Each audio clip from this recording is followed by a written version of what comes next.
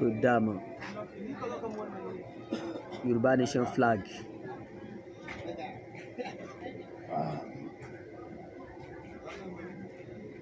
Òní ni June 13, 2025 tó ní jẹ́ Friday.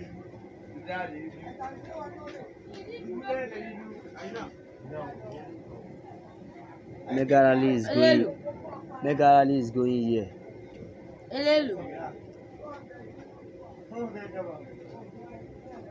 Wọ́n ní kí oníkálukú aliwa wájú tàwa káwọ̀ white ká máa sọ fún àgbáyé pé nǹkan báyìí la fẹ́. Kí wá ní nǹkan tá a fẹ́? Òun náà ni orílẹ̀-èdè Yorùbá. Koiki Media bring the world closer to your doorstep. Wọ́n tó bẹ́ẹ̀. Ṣé à ń yẹ Yorùbá Nation flag? Mega rally is going here. Ó ti rí. Òní ni June 13, 2025.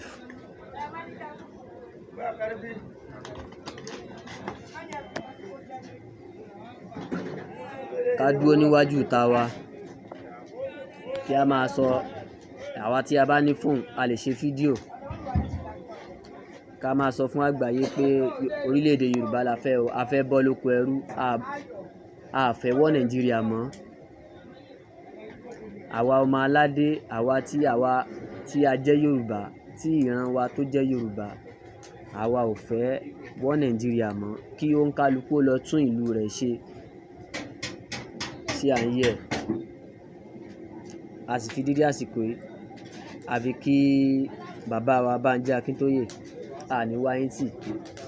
A máa rí yín bá ìgbà tílẹ̀ Yorùbá ò bá dé, torílẹ̀-èdè Yorùbá ò bá dé, àní fi yín ṣàwátì láṣẹ Èdùmàrè. Aṣíwájú ọ̀dọ́ bàbá wa Sunday Adéyẹmọ Ìgbòho Òòṣà Òkútì uncountable of Yorùbá land. Ìyẹn Paso èyàn Òṣùpá uncountable of Yorùbá land. Ó yá wọn tó bẹ́ẹ̀ àní fi yín ṣàwátì láṣẹ Ọlọ́run. Bàbá wa Ọláyẹmí Kóìkì àgbà brain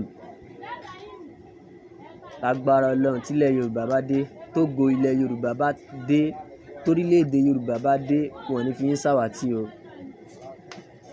Yorùbá Nation, Yorùbá mega rally going here. Ẹ ti rí. Ṣé à ń yẹ? This Ọ̀yọ́ State, Ìbàdàn North Local Government. Ẹ ti rí. This Ọ̀yọ́ State, Ìbàdàn North Local Government.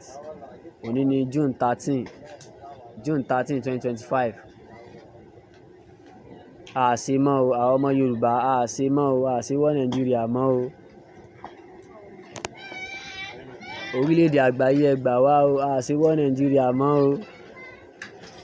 A ní kí kólúkálukú lọ túnlú ẹ̀ ṣe.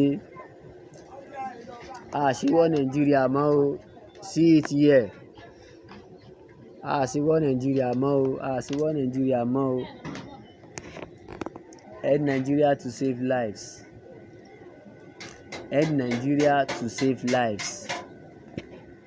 Ọmọ Yorùbá ẹ jí ẹ má sùn, ẹ kúrò lóko ẹrú. Jí má sùn kúrò lóko ẹrú. Jí má sùn kúrò lóko ẹrú. Yorùbá Nation no going back. Orílẹ̀-èdè Yorùbá kò sí ìpadà sẹ́yìn. Kóníkálukú ó jí lójú oorun. Ẹ má jẹ́ kí